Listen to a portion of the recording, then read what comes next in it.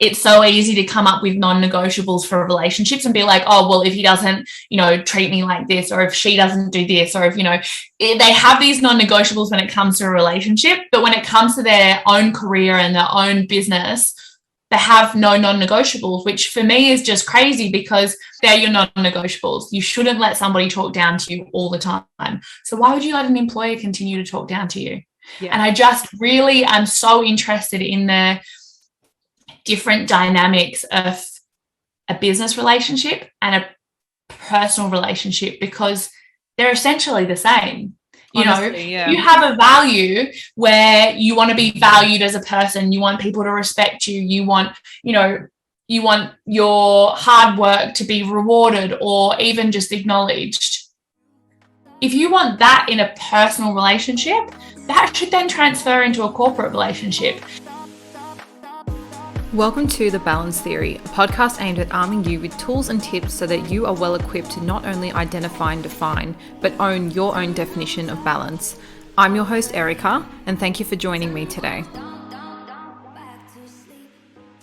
Hey Balancers, and welcome back to episode 49 of the Balance Theory podcast.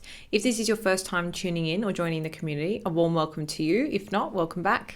I'm really excited because I'm sort of at this point in my podcasting journey where I can get on guests for a second time, which means that we can really start to build those connections with not only our guests, but our community, because there's a little bit of repetition, familiarity, people already getting a feel for the type of guests we're having on, and I get to have double conversations with some of the most incredible people in this world. So today's guest is Hayley Westoby. She was on episode 22. If you hadn't had a chance to listen to that one yet, that was towards the end of 2020 last year. And so much has happened with Hayley since we last spoke. So I'm really excited to be diving into that today. But before I talk a little bit about what the episode today will be going into, I just wanted to share another awesome review I got. And guys, honestly, when I get these, they make my day. Whether you guys reach out to me personally on Instagram or whether you do take the time to write and leave a review and rating, it means the absolute world, and especially because we're an independent podcast, every little review counts. So thank you so much. This one is from Big Fan 123000.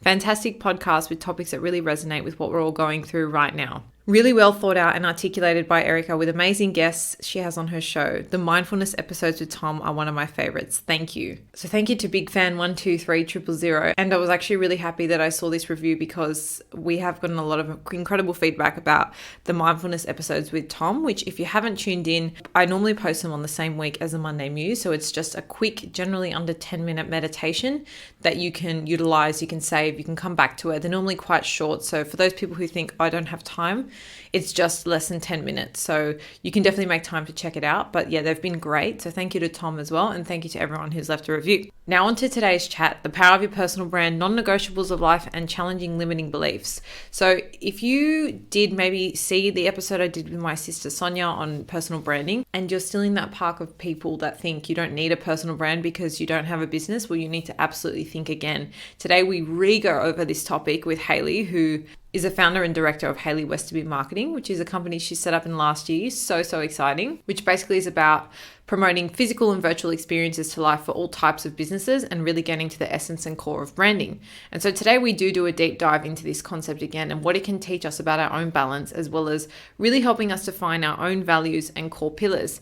Now, I want you guys to remember that when we're talking about concepts like balance, setting boundaries, non-negotiables, these sorts of things, if you haven't undertaken a basic exercise to sort of work out what your baseline is, the things you care about, what's important to you, what aligns with your goals, those sorts of basic things that give you a rough idea of where you're sitting, it's really hard to actually paint a picture of what these more macro, like setting boundaries, what those sorts of things look like if you don't know what they're protecting, if you don't know what they correspond to, which is why I harp on about why the concept of personal branding is so important in and amongst this concept. So that is something we do a deep dive into today. And of course, what that can teach you about your non-negotiables, dealing with your inner critic, and so much more that Hayley speaks about today. Speaking of non-negotiables, actually, we're really quick to define what these are in a relationship. So think of like when you've been in a relationship, like I'm sure you could easily spit out 3 to 5 non-negotiables you have with a partner, for example.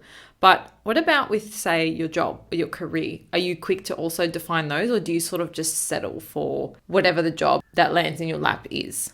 So that's another interesting thing we talk about, and how we can kind of cross-check what our non-negotiables or our core beliefs or things that we are just not prepared to settle on are when looking across the different areas of life. We also talk a little bit about limiting beliefs and how we can rewire those. And Hayley also shares a little bit about her business and their mission and all the things she's been up to since we last spoke. So for those of you who don't know Hayley or maybe have just been introduced to her via the podcast, outside of her work, she is really, really big in the health and fitness space. And she genuinely loves to help people bring out the healthiest and happiest versions of themselves. So she does a lot of work online now, predominantly because of COVID, but in general within the fitness space, which is really awesome and where we connected as well. One last thing before we dive in. So Hayley is running some free live workshops on personal branding, and it will touch on a lot of what we talk about today. So keep that in mind as we go through the episode. And if it is something you're interested in, or if you want to just scroll down through the show notes now, I've popped links to those. You can register. One will be tomorrow and one will be next Tuesday. That is, of course, if you're listening to this live as it drops on Monday. And there's also links to her social media there. If you guys love this episode, please share it with a loved one or pop it on your story, tag both me and Hayley, and let us know what your biggest takeaways were. It helps us continue bringing you the same sort of content or just engage with you guys on a deeper level. Enjoy, and let's dive straight in. Today, I'm rejoined by one of my dear friends, Hayley Westoby. Welcome back to the Balance Series podcast. Thank you for having me. It's nice to be back. It is. The last time we spoke was back in December of 2020. And so I want to know what's new with you for people who tuned into that episode, haven't been following you. What have you been up to? That seems like a lifetime ago, December 2020, and it's only like 6 months. That's terrifying. Back in the day where we could actually visit one another in person, I think that is really sad that we're back down in lockdown. But there's a lot that's changed for me. Just after December, I actually finished a full-time contract with a large company that I was working with. And there was a couple of things that kind of happened, but then eventually decided to start my own business. Terrifying, all of the emotions. And we love it. So that's kind so of exciting. That's the biggest change that's kind of happened. So it's kind of been just over 4 months now running my own business, which is, it's all of the emotions. It's one big, giant emotional roller coaster, but I'm so glad that I've done it. And if you'd told me in December 2020 when we last spoke that I would be here today talking about the fact that I have my own business, I would not have believed you. Oh, I love that. And I always say, like, running your own business is like constantly putting out fires and not knowing what a fire is. That's honestly what it feels like. Do you know what? It's funny because, I've always been quite business minded. For a lot of the roles that I've been in, they've always been like somewhat of a sales role or a, business development role and things like that. But, I think the hardest thing for me has been understanding taxes, superannuation, the structure of finances and HR and all of those roles that I've never, ever had to play before in a business, but now have to kind of after business hours. I always say like 7 o'clock comes and I turn into like the head of HR and the head of finance and I process all of the finance things. But I wouldn't have it any other way. Like I'm learning so much. So yeah, it's definitely been a roller coaster, that's for sure. Yeah, I know. Well, I love the work you're doing. Do you want to tell us a little bit more about what your brand actually does?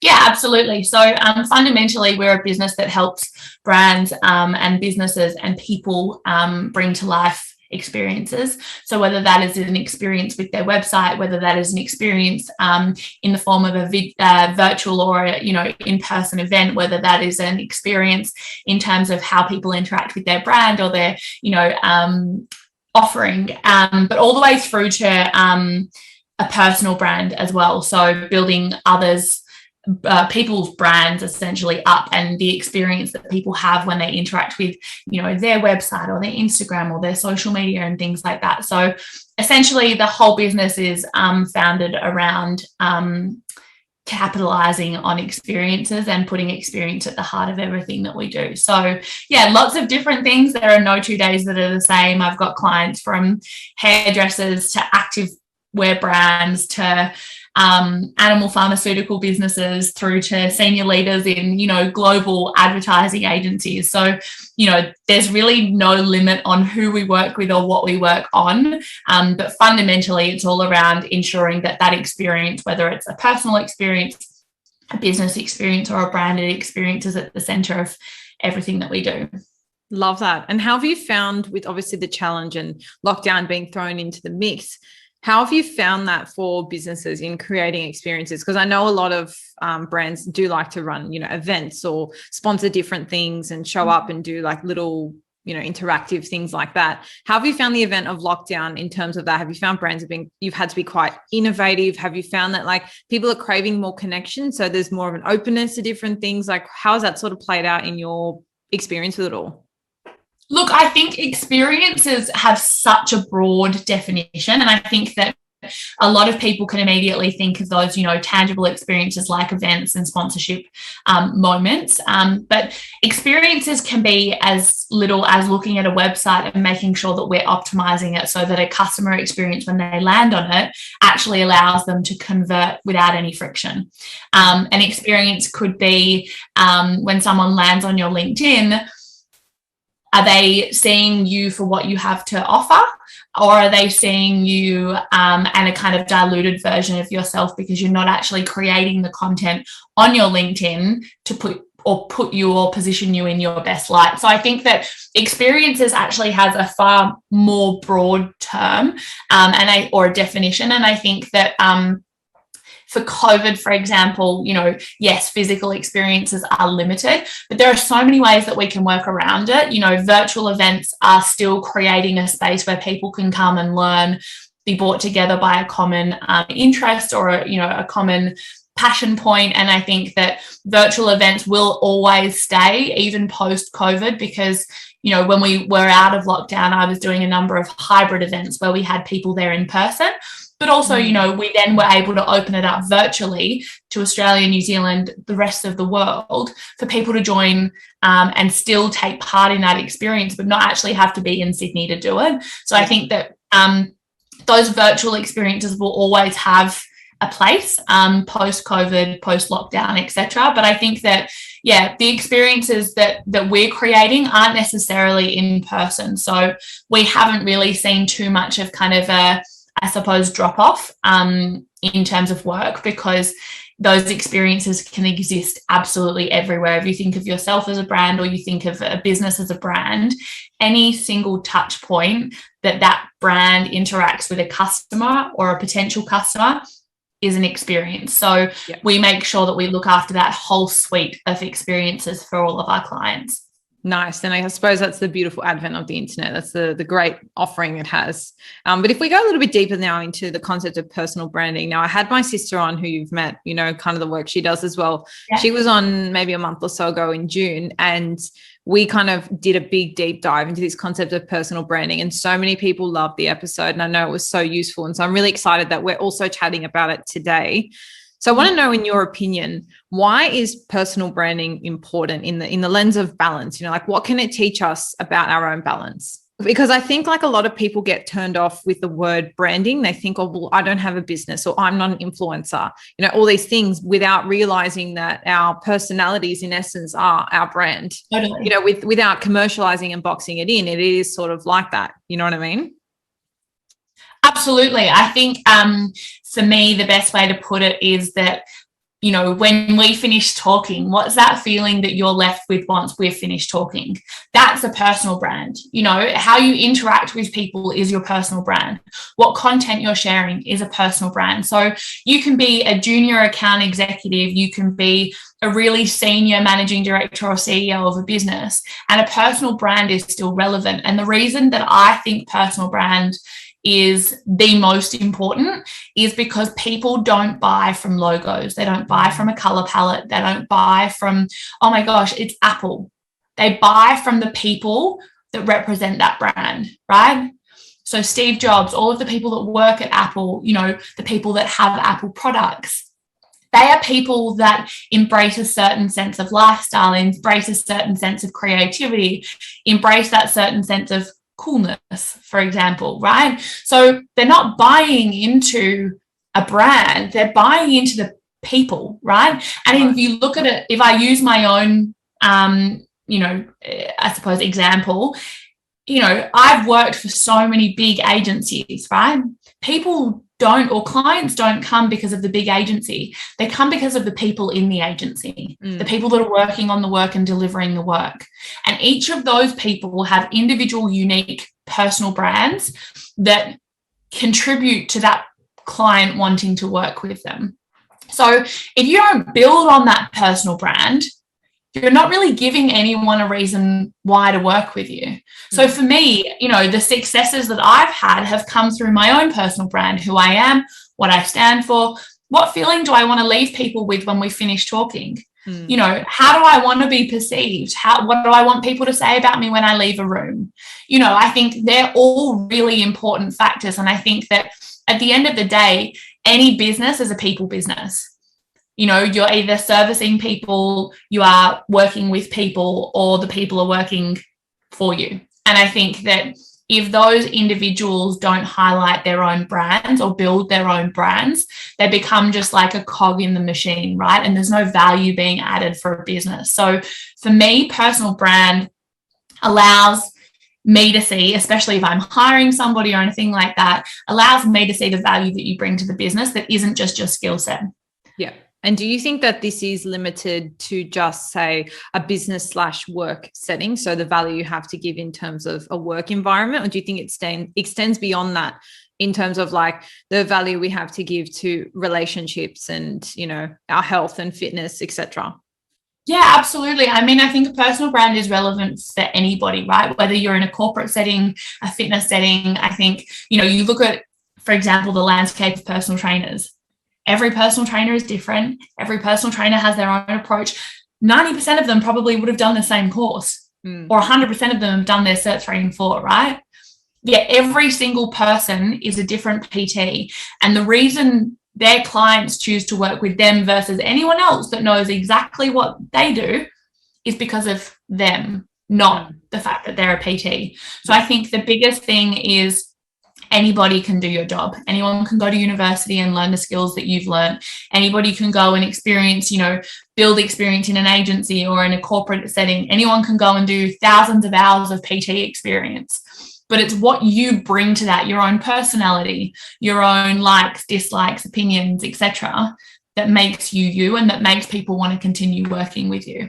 Absolutely. And the reason I really love this concept is because it really takes a step away from, say, labels, which are like, you're a PT, you're a lawyer, you're a dentist. And it kind of gives you the power to own all aspects of your personality. So again, like what you're saying, your likes and your dislikes, the vibes you give to people, what people say about you when you leave the room, all those things that you said that really have nothing to do with what you do. It's more about who you are. And I really like that we're talking about this because as I mentioned before, like the concept of a personal brand, I think people get turned off because it sounds very like businessy in ways. Do you know what I'm saying? Like people think, I don't need a brand because I'm not an entrepreneur, I don't have a business, etc. Yeah. But this really is a nutshell for just expressing who you are. It's just a kind of capsule for all the things that make you who you are. So how do we actually then pay attention to or curate even our personal brand? Is it something that we have to kind of consciously orchestrate, or is it more organic and sort of just a byproduct of how and who we are? I think it depends. I think, I work with clients every single day in terms of building their personal brand. So for me, it's something that can come naturally and will come naturally in part in terms of the interactions that you have with people. You're not going to sit there and be like, okay, I want Erica to think that I'm a friendly person and therefore I'm going to put this. It's not a robotic approach like that. It is, it needs to be kind of half-half. There is that organic element where you are you. That is what makes you you. There's no kind of curating of who you are personally. Yeah. But I definitely think there is a lens in terms of how you create that and curate your own personal brand to ensure that you are hitting those key messages that you as a personal brand want to hit. So, for example, if I take my own personal brand, for example, one of my core values when it comes to my personal brand is helping people, right? So helping people, helping businesses, help shape future marketers. That's one of my core values when it comes to my personal brand is helping. And, Now, if I have that as a core pillar or a core, I suppose, message as part of my brand or my personal brand, I'm going to make sure that some of the stuff that I'm doing in my career, in my personal life is helping, right? And that's not because I'm like, oh, I want to be seen as a helpful person. That has always been a fundamental reason as to why I do what I do, is to help people. So whether that's running free live workouts in the morning for people during lockdown, whether that is, being part of a mentor program to help up and coming uni students understand the marketing landscape a little bit more, whether that is helping a former colleague with her career growth plan, like whatever it is, I want to be able to, one of my key pillars is for people to be able to turn around and go, she was really helpful. Right. And I think that the moment that someone turns around and goes, well, Hayley wasn't very helpful, I'm failing at that personal brand pillar. And so that's something that I always keep in the top of my mind. I have them written on my wall on my desk. Like, that's one of my pillars, is helping. And I think that when it comes to that, you can definitely look at curating the content that you're producing or the work that you're involved in based on that pillar. The same as if a pillar was leadership, for example. How can you create content that is focused around that pillar? Doesn't necessarily mean that you're typing like a robot and saying leadership is blah, blah, blah. You can take examples of, news articles or book snippets that you've read that you really like, that you can then create your own content and share that back with the world. And that allows you to then also hit that pillar. So I think that, in answer to your question, I think that it's a bit of both. I think that you obviously have, certain people have more original personality and some people need a little bit more work in terms of curating that. So I think that it's a bit of, a balance, I suppose, when it comes to that. But yeah, I think that definitely it's a little bit of both in order to kind of hit that sweet spot. Yeah, absolutely. So talk to me a little bit more about that process of actually identifying your pillars. So let's just say we've got anybody listening right now who, and let's not talk about business because obviously that's the incredible work that you and your team do. But if we're talking about someone sitting here listening going, okay, I understand how a personal brand has a key role to play in and amongst my balance.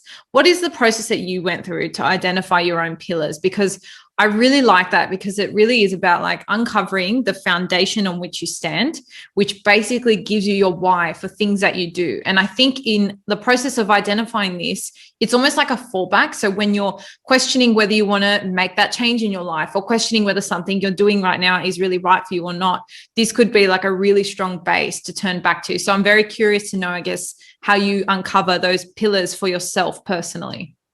Yeah, absolutely. I do it personally, as I said, with my clients. We do a big workshop, and I am offering a free workshop for those that do want to attend on August 10th and 17th to ask any questions. It's an actionable workshop where I essentially want people to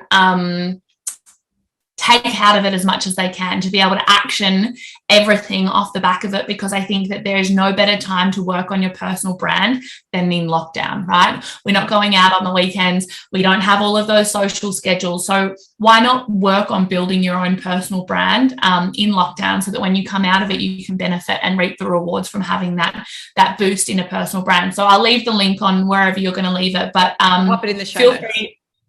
Feel free to jump on that, and I can help people build their own personal brands. But I think in terms of identifying those key pillars, for me, it's really about creating those non-negotiables, right? What are those things that you must have? What are those things? And I think non-negotiables are essential, whether you're working for yourself, whether you're working for a business, whatever it is. Non-negotiables are, I do not want to work for somebody that doesn't appreciate me or doesn't value me. Yeah. They're your barriers, right? Like, your non-negotiable may be that you don't want to work for someone that, doesn't value people, for example, right? Once you have those non-negotiables, then you can kind of go into going, okay, what are the things that a lot of people say about me, right? Because I think that if a lot of people are saying, oh, Hayley was super helpful, Hayley's really positive, Hayley's, all of those things can help give you an indication on what things you may already be. Yeah, right? Just a quick little caveat. That's not what you think people think about you. It's direct feedback. Direct feedback you've actually received. Totally. And I don't know if anyone else does this, but I personally have in my email folder, a folder which says lovely emails. And every time, every time I get a nice email from a client or whatever, I pop it in there and I print them out at the end of each month or each year or whatever. And I go through them, because when I have a bad day, I go through them and I'm like, oh, I am good at my job. Like, all of these people are saying that I'm good at what I do, and I'm friendly and I'm helpful and all of these things. So I think that the first point I would say is, write a list of all of the kind of direct feedback that you've had in terms of positive feedback, helpful, organized, on time, whatever those words are. And then kind of go through and go, okay, what do I offer a business? Like, if you were to say, if you're going for a job interview in your particular role, whether that's a vet, whether it's a hairdresser, whether it's a PT, if you're going for an interview and they say, what are the 3 things that you can bring to this business? Write those things down. Because those 3 things are going to be your core pillars, on top of, anything else that people may have given you in terms of direct feedback. But they are your key pieces of insight in terms of what you offer as a person that is not your skill set. So I'm not going to turn around and be like, well, I'm really good at Outlook, right? Because that's a skill that I have. It's not necessarily the value that I bring to a business. So, the 3 things may be that I have great time management or great stakeholder management, and then from those 3 things, you can kind of delineate all of the different things that come from that in terms of how you talk to those things. So, if we look at a cafe owner, for example, right, they may say that they put their clients first, their customers first, always. That becomes a core pillar. Then any content around customers first, it might be a nice piece of customer feedback that they post. It might be an article around why putting your customers at the center of your business is so important. All of these different things can then trickle out of that kind of key pillar. And I think that then that's when you kind of start to build that web of what you are as a personal brand and defining what you are.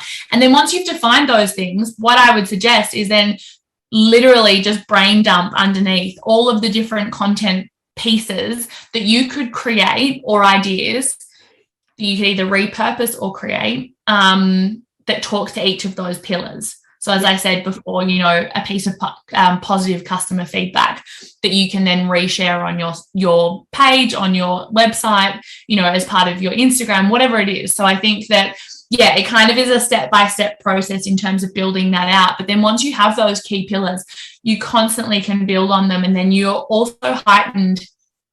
You've got that heightened sense of awareness of, like, if you read an article around customer care, you then may want to share it or post about it and be like, I thought this was great. Like, the one thing I want to reiterate is there's no such thing as original content.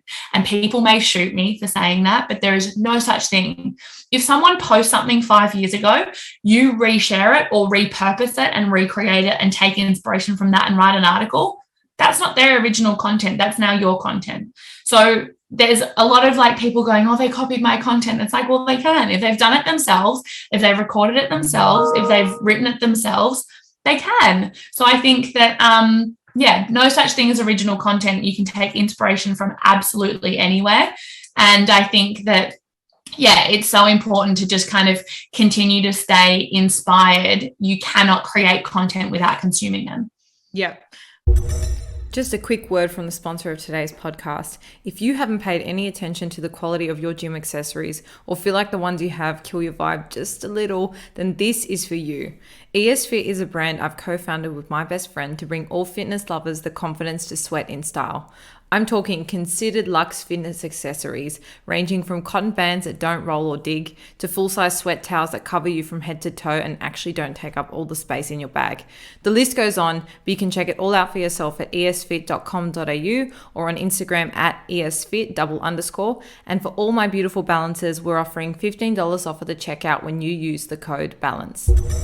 So much to take away from that. The first thing I want to touch on is that web of kind of your pillars. There's 2 reasons I really, really love that. The first is we all have those days where we feel a little bit lost, where, either traumatic, dramatic, or unexpected things pop up that really kind of make you question who you are and what you're doing, if you're any good, if you're on the right path. Those days do come up. So by, taking the time now where you might be in lockdown or you might just have a little bit more brain space to do something like this sets up a really nice foundation, like as does the feedback folder. You know, it's just something you can turn to just reground yourself on a day where you may be feeling really off. And I've personally found that to be so comforting, because it's almost like your happier self, or like a more positive version of you at another time in life, speaking to yourself when you most need it. So that's one reason I love that. The second is, on this podcast, we talk so much about setting your boundaries, defining what your balance means, all these things. But if you don't know who you are and what you value, you cannot even undertake that exercise at all. Like at all. You don't know what you value. How can you set up a boundary to protect that? If you don't know what you enjoy or what makes you feel, you know, relaxed, or what self-care means to you, you can't identify your balance either. And so this process is incredible in the actual process of identifying and owning your own balance. So I love it. I really do.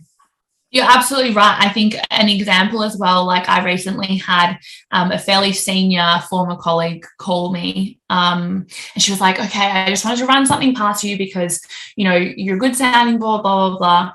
And I said, well, you know, what is it? And she's like, well, I've been offered this great job, and, you know, they've come forward and they've offered me this role, but I'm just, you know, I'm not, you know, something is not sitting right with me. And I literally said to her, I was like, have you been looking for other roles? And she said, oh, well, not really. Like, they kind of just approached me on LinkedIn.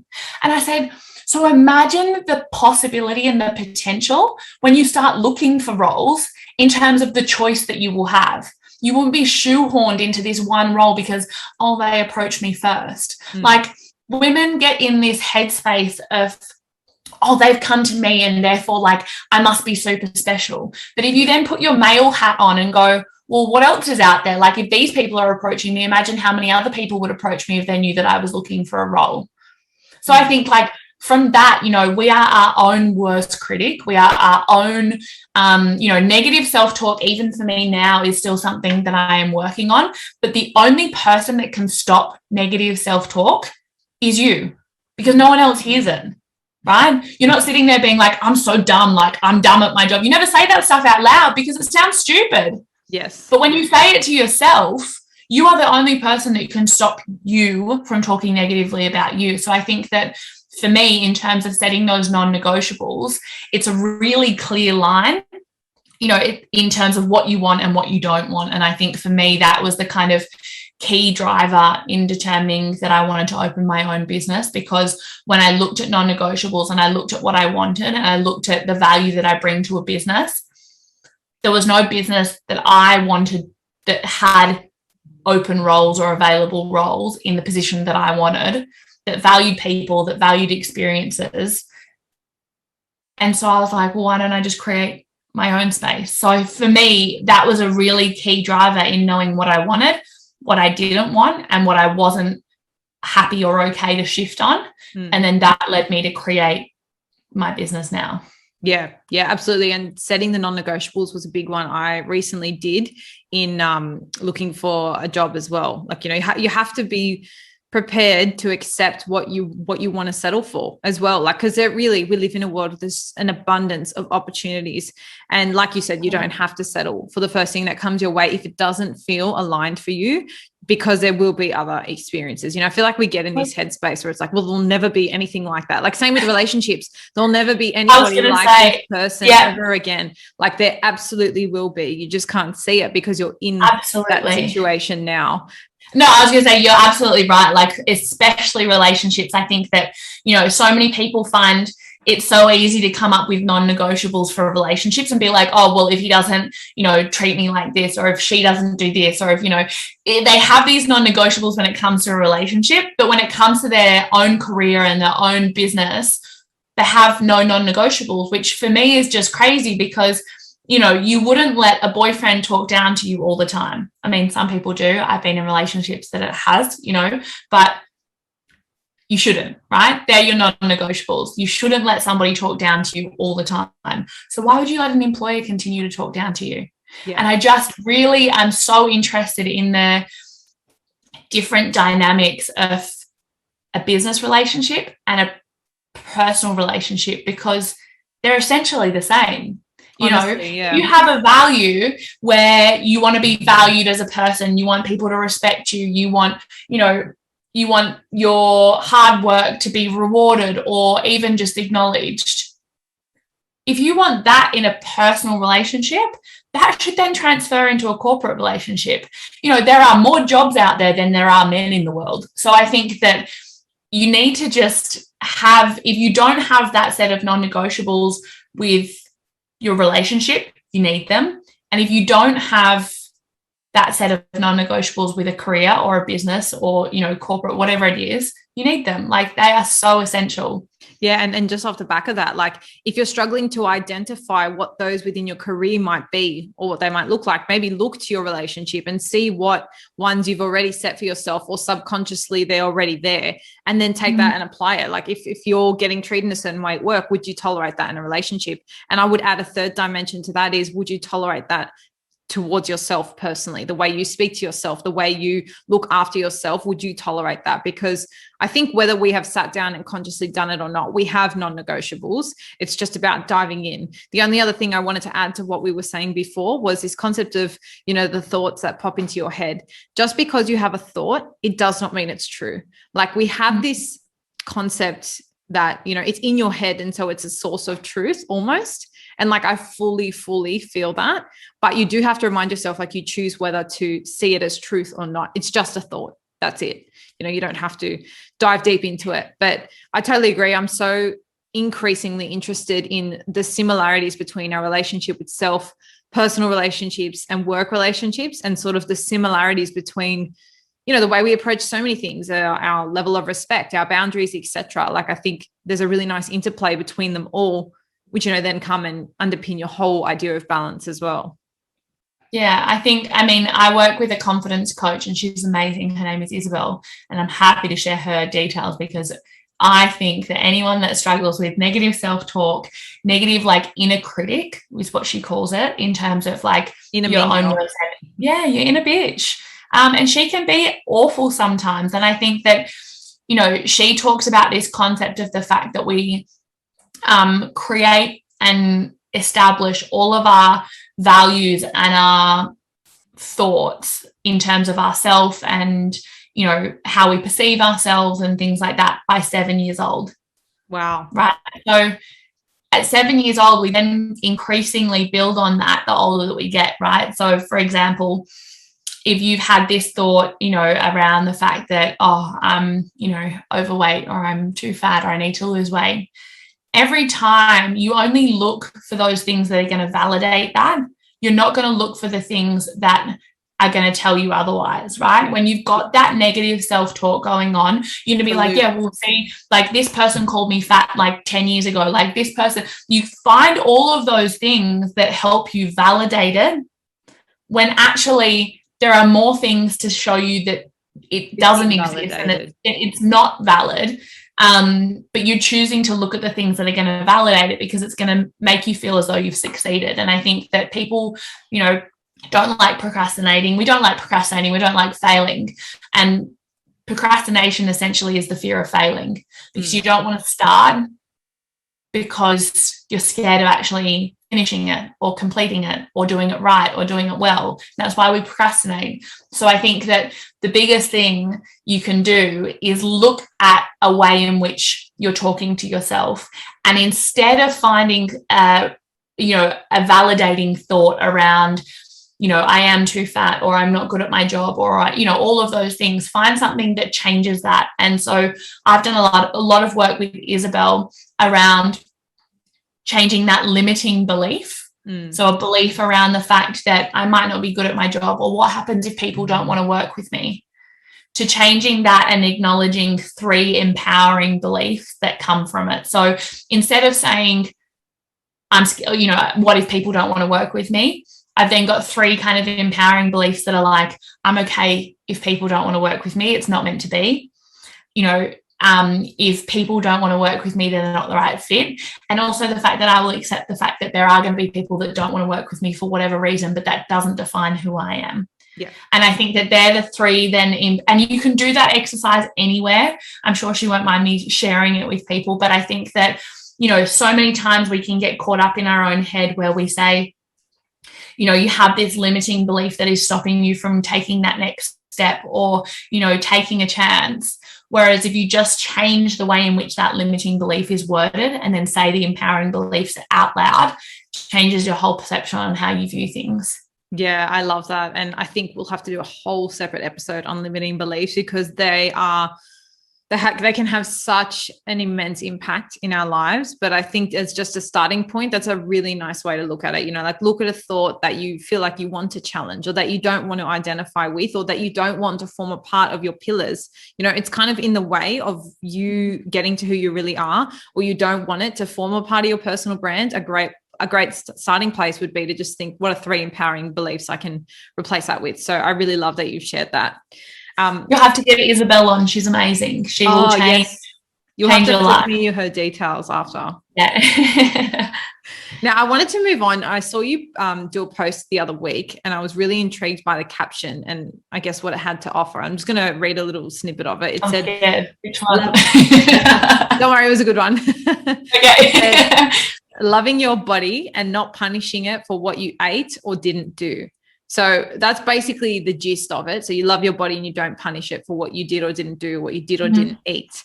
And I love this because it's more in the field of celebrating our bodies rather than like having this guilt around it. It's kind of like I've kind of read it as like, just find that nice equilibrium with your body. And I think it's so easy to focus on those negative things, that guilt. So I just want to know, I guess, in your experience, in your health journey, and I guess just everything that went into that caption, how do you sort of break that and celebrate your body? It's hard and it's a long process. It's something that I am still working on, but I'm so much more conscious of now than I've ever been before. And I think it comes back to being conscious of what you're saying to yourself.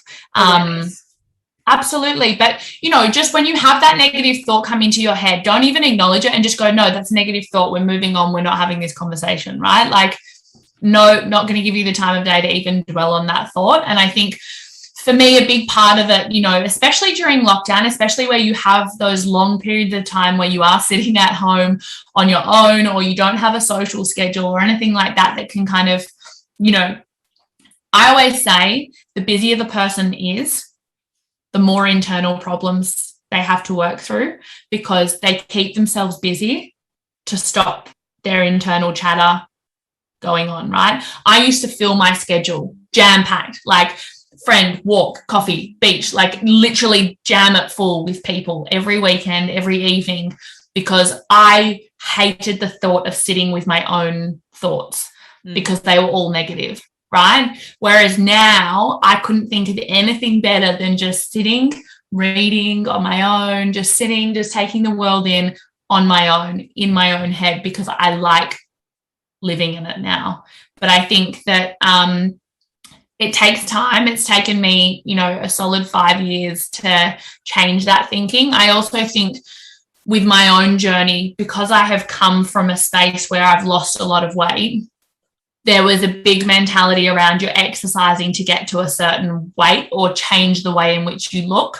Whereas now that I'm happy with how I look, it's more around moving for how I feel and moving for my mental health. Yeah. So it's not necessarily around getting that certain aesthetic.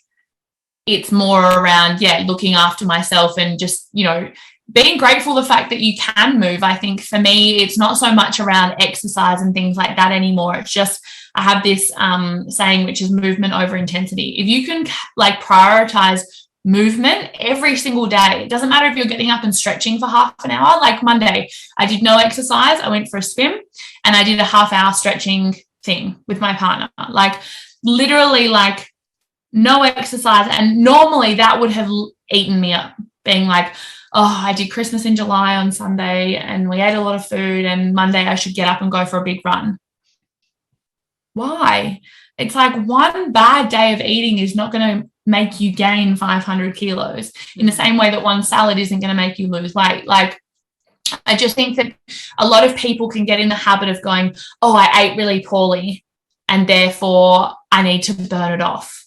And I think the fitness industry has a role or has a major role in blasting that message out to people in terms of, did you do much over Christmas? Or, even it's my worst like nightmare hearing trainers, if I'm on a walk, being like, burn off that Christmas dinner. And I'm like, oh, like you are the reason that these women have a bad relationship with food and exercise, right? If you as a PT were screaming out, celebrate your body, look at how fast you're running, like all of those positive things, imagine how those people and women especially are going to feel about themselves. So I think that we need to move away from the idea of training or exercising because we've eaten a certain amount or we've overeaten or whatever, because not only will you not enjoy exercising, you will hate it, and you will only ever associate exercise with bad eating. Yeah, right? It becomes like a punishment.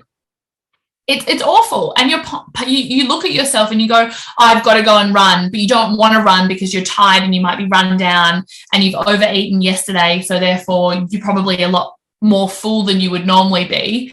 And then you're going to push yourself to go on a run, which is going to make you feel even more shit. Counterintuitive. So I just think that it's this vicious cycle. So I think that, it is a work in progress. It's not going to happen overnight, but the sooner that we can kind of go, I ran a class this morning and it was a slower, like less impactful class. So it was a lot of Pilates, like mat-based inspired stuff. And we do it on Thursdays because everyone on Thursdays, I call it Sleepy Thursdays, because everyone's kind of like, oh, it's not yet Friday. It's kind of somewhat the middle of the week, but it's not the middle of the week. It's not close enough to Monday. It's Sleepy Thursday. So for me, Thursdays is where people are sore. They're kind of, I'm a little bit tired. I've not woken up like on the right side of the bed or in the right mindset. So Thursdays we do a slower class, less impactful, still, sweaty workout, but most of it's on the mat. And for me, it's not around going the hardest or being the fastest or, doing the most intense workout. It is literally just focused on moving your body for 45 minutes. And I think that for me, the positive associations of just going, okay, well, I don't need to achieve anything from this. I don't need to burn X amount of calories. I don't need to, run 12 kilometers to make sure that I've burned off the same amount of calories that my dessert was last night. It is going, hey, I'm feeling really good. I'm going to go for a long run because my body feels great. Yeah. Right. Yeah. Or, hey, I'm not feeling great, but I know that if I move my body in some capacity, I'm going to feel better. And therefore I'm going to potentially, do a slow moving stretch sequence or a, Pilates inspired floor mat routine that can help me kind of feel good about myself, but not have to exert myself so much. And I think that, it's a slow process, but, every day I have to call myself out on it. I think that if you don't call yourself out on your negative self-talk, then you won't achieve anything in life, because, as I said, you're the only person that can. Even we did Christmas in July on Sunday and I was like, oh my gosh, so much food. And I literally crawled into bed and I was like, don't touch me. Like, I just need to lie here until tomorrow. But the next day I was like, oh, I should really go for a long walk. Like, we ate a lot and I had to snap myself out of it. I was like, no, you train every single day except for Sunday and Monday. They are your 2 days off. Like, chill. Yeah. And then I was like, okay, I'm going to go for a nice swim, stretch, and that's it. And I think that, you have to call yourself out on it. Absolutely. And I think this is a really nice full circle loop back to when we were talking about our web of values and who we are. And just if you have your why and your values, it really does help in moments like this, again, where you're feeling a little bit shaken and a little bit off. So if you're, like you said, let's just use your example that you said, you're the kind of person who loves to help people. And so because you move your body, you feel your best and are therefore able to help people. If you're feeling crappy and you move your body, you're going to have less energy and less capacity to help people. So again, like identifying those pillars that ground you will also help with this negative self-talk, I personally feel, and really help shift the conversation from one of guilt of what you did or didn't do, and one to celebrate or honor what's going to fill you and give you the most energy to be your most authentic self, to live in alignment with your personal brand, whether that is through exercise and food, whether it is through the value you have to give through your work or just who you are in a relationship. Like, I do think that everything we've spoken about today does really come full circle in underpinning something as practical as this. So yeah, totally. love everything you've shared. I think the biggest thing as well, just adding to that, I think you're so right. I think so, the negative self-talk has the ability to infiltrate every single part of your life. If you sit there and talk negatively to yourself, it'll impact your work, it'll impact your career, it'll impact your relationships, your friendships, everything. Because if you don't feel good about yourself, no one else around you is going to feel those positive vibes. And it might not be something that you are overtly putting out to the world, but if you don't feel good about yourself, I know that in previous jobs, I've blamed my relationships for not being happy. Yes, my relationships weren't great, let's be honest. But in the same sense, I was holding on to a relationship that wasn't serving me because work wasn't serving me, but I couldn't control work. I could control that situation with my relationship. So for me, it has a knock-on effect to how I treat other people around me, how I feel about my work, my personal life, my body, everything. So I think that the moment that we can start kind of changing those negative thoughts and those negative beliefs into something that serves you, the better you'll be for it. Absolutely. And as we said before, it's probably more likely that you'll find commonalities with your boundaries and how you show up in your career, in your relationships, and you towards yourself. So I guess back to that whole point of, are you struggling with the guilt or the celebration of your body? Have a look at what boundaries you have with your relationships and your work. And if you don't have any, then that's probably why you might be feeding into this guilt loop. You know what I mean? But in saying that, I do want to acknowledge that those thoughts do still come up. Like you said, you still grapple with them. And I would say I have a really strong relationship with my idea of healthy, but that doesn't mean I'm not prone to negative self-talk and body image concerns and things like that. But it is just about the awareness piece and just bringing yourself back down when, you feel like those things are there. And that's why I love that personal branding web almost. And I'm looking forward to your workshops too, because I think that combined can give you just such a strong foundation that you can turn to, because those bad days and those ugly thoughts and stuff will come. But yeah, having that as a base, I think, is awesome. And I think that this is such a lovely place to finish our conversation, even though I know you and I could chat for days and days and days. Again, it probably won't be the last time you're on the podcast, but every time you come on, we have such a good chat. I know everyone would have gotten so much out of today. So for anyone listening, again, the workshop will be tomorrow, July the 9th. 10th and next Tuesday as well. So I'll pop links to that below. But if people want to connect with you, maybe have a chat about professionally working with you as well, where are the best places they can sort of reach out? And I'll pop links in the show notes as well. Totally. For people to contact me is through either my Instagram. I have my personal Instagram, which is a public profile as well. So I have Hayley Westoby, but I also have my own business Instagram, which is Hayley Westoby Marketing, that has a whole heap of insights, tips, actionable, great reels, tricks and reels to help you with building your own personal brand or any kind of marketing advice. And then also obviously on LinkedIn, just Hayley Westoby is where I share a lot of my, insights, marketing content, but also just the stuff that I'm interested in when it comes to work. So that's where you can find me. Beautiful. She does live on the internet, so you'll find her somewhere. Yeah. Thank you again so much for your time. And I'm looking forward to seeing what the next year brings for you. Thanks so much for having me. Thank you. And that's a wrap for this week, Balancers. Thank you so much for tuning in. I hope you found this episode useful to some degree in either steering or determining your definition of balance today. As always, the biggest compliment for us is if you share this episode with someone who you feel might need it, or if you're on Spotify, you can click follow, or on Apple Podcasts, you can leave a rating or review. If you have any suggestions for up and coming podcasts, feel free to shoot us a DM or an email. Our Instagram is @TheBalanceTheory and our email is thebalancetheorypodcast@gmail.com. Otherwise, you've always got the option of subscribing to our mailing list. We only send you email reminders when the episodes drop, so you get them fresh out of the oven. No annoying spam, we promise. I hope you enjoy the rest of your week, and until next time, stay balanced.